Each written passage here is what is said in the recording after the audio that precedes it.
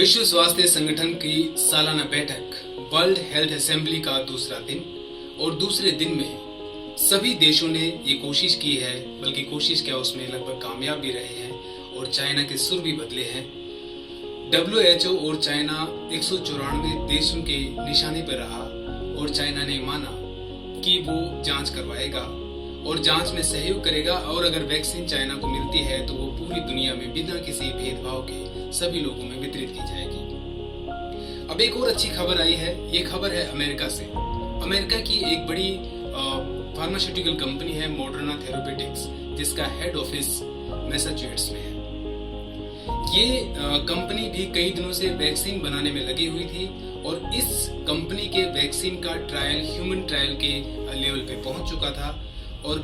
प्रथम दृष्टा प्राथमिक रूप से जब इसके रिजल्ट आए तो रिजल्ट बहुत ज्यादा पॉजिटिव थे। 8 लोगों पे टेस्ट किया और कंपनी के CEO बेंसेल ने ये कहा है कि हम इससे ज्यादा अच्छे रिजल्ट की उम्मीद भी नहीं कर रहे थे। अब इसका सेकेंड फेज शुरू हो रहा है जिसमें लगभग 1000 लोगों के ऊपर इसका टेस्ट किया जाएगा और थर्ड फेज में और ज्यादा संख्या बढ़ाई जाएगी और उसके बाद इसको मार्केट में उतारा जाएगा, लोगों को डिस्ट्रीब्यूट किया जाएगा। अब आपको बताते हैं कि वैक्सीनेशन होता क्या है, वैक्सीन कैसे बनती है और वैक्सीन का जो आजकल बहुत सारे वीडियोस वायरल हो रहे हैं जिसमें कहा गया कि एक आदमी ने एक इंजेक्ट किया या खुद को सपुर्द किया कि आप मुझ पे टेस्ट कर सकते हो। जैसे आपने चेन्नई से भी खबर आई थी कि 2 डॉक्टर्स ने, जिनमें से एक का नाम राजकुमार था, एक का नाम शायद लेनन था, तो उन लोगों ने एक आयुर्वेदिक कंपनी के लिए जो सिरप बनाता है उस कंपनी में वो काम करते थे और उन्होंने एक कॉम्बिनेशन को, दवाओं के कॉम्बिनेशन को खुद के ऊपर प्रयोग किया, जिनमें से एक आदमी की डेथ हो गई थी। वैक्सीनेशन दरअसल जो वायरस होता है जिसकी वजह से बीमारी फैलती है उसी का एक रूप होता है जो डीएक्टिव रूप हो सकता है या फिर उस वायरस के शरीर का कोई एक पार्ट होता है, प्रोटीन का एक टुकड़ा हो सकता है, उसी को एक स्वस्थ आदमी के शरीर में इंजेक्ट किया जाता है और वो इसलिए इंजेक्ट किया जाता है कि जो स्वस्थ आदमी है उसकी जो ह्यूमन इम्यून सिस्टम है, ह्यूमन बॉडी का इम्यून सिस्टम है, वो उस वायरस के उस टुकड़े को पहचान सके या उस वायरस को पहचान सके और उसके खिलाफ एंटीबॉडी डेवलप कर सके। यही वजह है कि वैक्सीनेशन हमेशा पूरी एक बहुत बड़ी तादाद में होता है और जब वैक्सीनेशन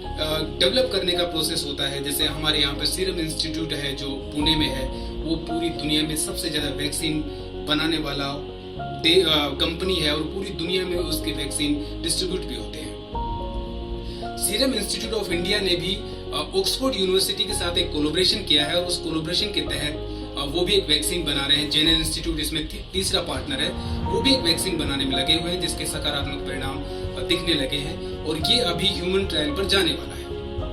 अब हम बात करते हैं कि वैक्सीन जब डेवलप किया जाता है तो किसी भी वायरस का जो पार्ट होता है उसका एक प्रोटीन का पार्ट हो सकता है या फिर पूरा वायरस हो सकता है, वायरस का एक टुकड़ा हो सकता है जो डीएक्टिव मोड में होता है, जिसकी वजह से किसी भी इंसान को बीमारी नहीं हो सके। पहले इसको लैब में बनाया जाता है, लैब के बाद इसका जब पूरी लैब में इसको जो कल्चर किया जाता है, ह्यूमन सेल्स हैं उनको कल्चर करके उसके ऊपर टेस्ट किया जाता है। फिर दूसरे पार्ट में, दूसरे फेज में ये किसी जानवर के ऊपर टेस्ट किया जाता है। जैसे कि अभी आपने कुछ दिन पहले सुना होगा कि जो जेनर इंस्टीट्यूट और सीरम इंस्टीट्यूट पुणे और ऑक्सफोर्ड यूनिवर्सिटी का जो कोलैबोरेशन से जो वैक्सीन बना था उसको बंदरों पे टेस्ट किया गया था, उसके भी सकारात्मक परिणाम मिले थे। वैक्सीन से जब इंसान बीमार होता है और उसकी जो एंटीबॉडीज हैं वो उसको जब बीमारी को रोक लेते हैं तो उसको कंट्रोल वे में देखा जाता है और इसको जो प्रोसीजर होता है टेस्ट करने का, इसको डबल ब्लाइंड प्रोसीजर बोलते हैं। डबल ब्लाइंड का मतलब ये होता है कि जो इस प्रोसीजर को कंडक्ट करता है उसको भी नहीं पता कि कौन सी जो मेडिसिन का जो बोतल है उसमें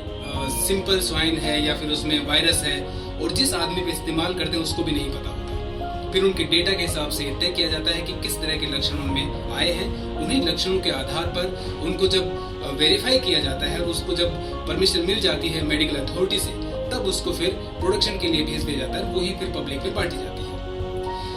अभी बहुत सारे लोगों में भ्रांति है कि जो वैक्सीन उनके पर इस्तेमाल की जा रही है या फिर जो जिस तरह से कहा जा रहा है कि किसी ने अपने आप को प्रमोट कर दिया या खुद को सौंप दिया, डोनेट कर दिया, गिनी पिग की तरह इस्तेमाल किया जा रहा है, उनके ऊपर वैक्सीन का टेस्ट किया जा रहा है, उनकी जान को खतरा है, ऐसा बिल्कुल नहीं है। क्योंकि अगर आप में जिंदा वायरस भी डाला जाता है तो जितना जो डेड रेशियो है, अभी मृत्यु दर है कि 3% वर्ल्ड वाइड औसतन जो मृत्यु दर है कि अगर आप में कोरोना का इन्फेक्शन हो जाए तो लगभग 100 में से 3 आदमियों की डेथ हो सकती है। तो वही चांस होते हैं उसमें भी, ज्यादा से ज्यादा आप उस 3% में शामिल हो सकते हैं। इससे ज्यादा ऐसा नहीं है कि आप खुद को ज्यादा खतरे में डाल रहे हैं, ऐसा बिल्कुल नहीं है। तो वैक्सीनेशन को लेकर के बहुत सारी भ्रांतियां फैल रही है। आप इस बात का ध्यान रखें कि वैक्सीनेशन हमेशा एक बड़ी तादाद में दी जाती है और इसका जो प्रोसीजर है बिल्कुल सेफ होता है। ज्यादा से ज्यादा वही खतरा होता है कि अगर बाई चांस से गलती से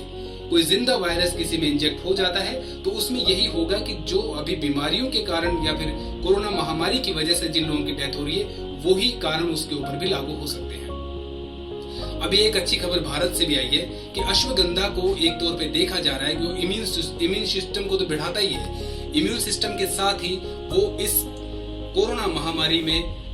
बचाव का एक तरीका भी हो सकता है, एक इलाज के तौर पे, एक दवा के तौर पे इसका इस्तेमाल भी किया जा सकता है। अगले वीडियो में हम बताएंगे कि जो WHO की जो मीटिंग चल रही है, सालाना मीटिंग चल रही है, उसमें ताइवान को शामिल क्यों नहीं किया गया और क्या एक छोटा सा देश ताइवान, उससे क्या चाइना डर गया, उससे क्या WHO डर गया और क्यों ताइवान को लेकर के उसके सपोर्ट में इतने सारे देश खड़े हो गए हैं जिनमें भारत भी शामिल है। आज के लिए बस इतना ही। नमस्कार।